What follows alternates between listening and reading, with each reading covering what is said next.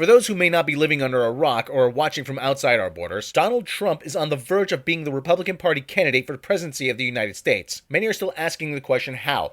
How did this happen? But it's not a question we should be asking anymore because it's obvious. You see, 7 years ago we elected Barack Obama president, and even though much of the country celebrated, there were still some pockets that had a collective freakout and asked that very same question. Apart from Obama being the living embodiment of a changing America, he was also a natural response of having this dipshit in office for 8 years, making a fucking mess of this place. People generally want something different than they already have, and Obama provided that. And enough of those people lived in the parts of the country that mattered to make sure that happened. Even though it hasn't been all good, it hasn't been that bad either.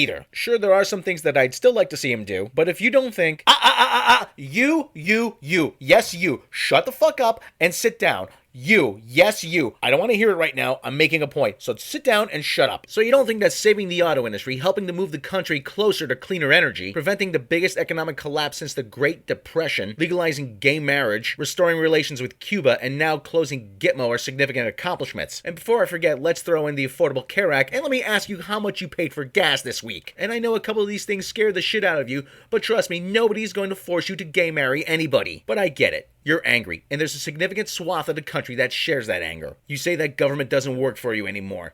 You say that traditional values, whatever the fuck those are under attack. You say that government is gridlocked, and our elected officials don't represent our interests anymore, and that Washington is in the pockets of the big banks and big money. But I have one question for you.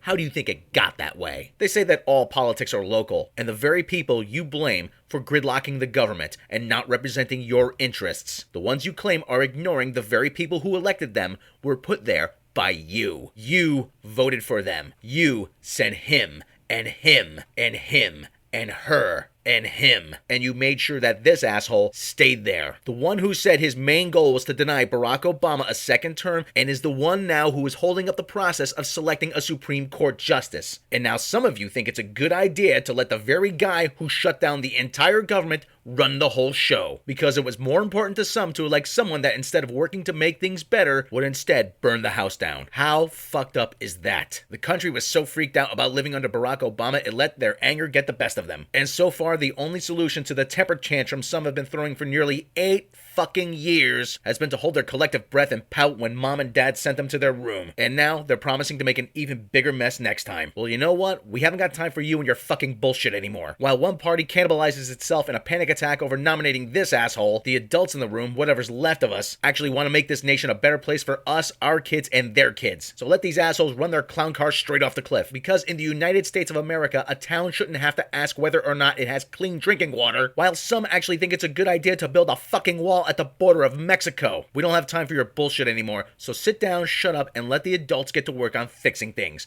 Got it?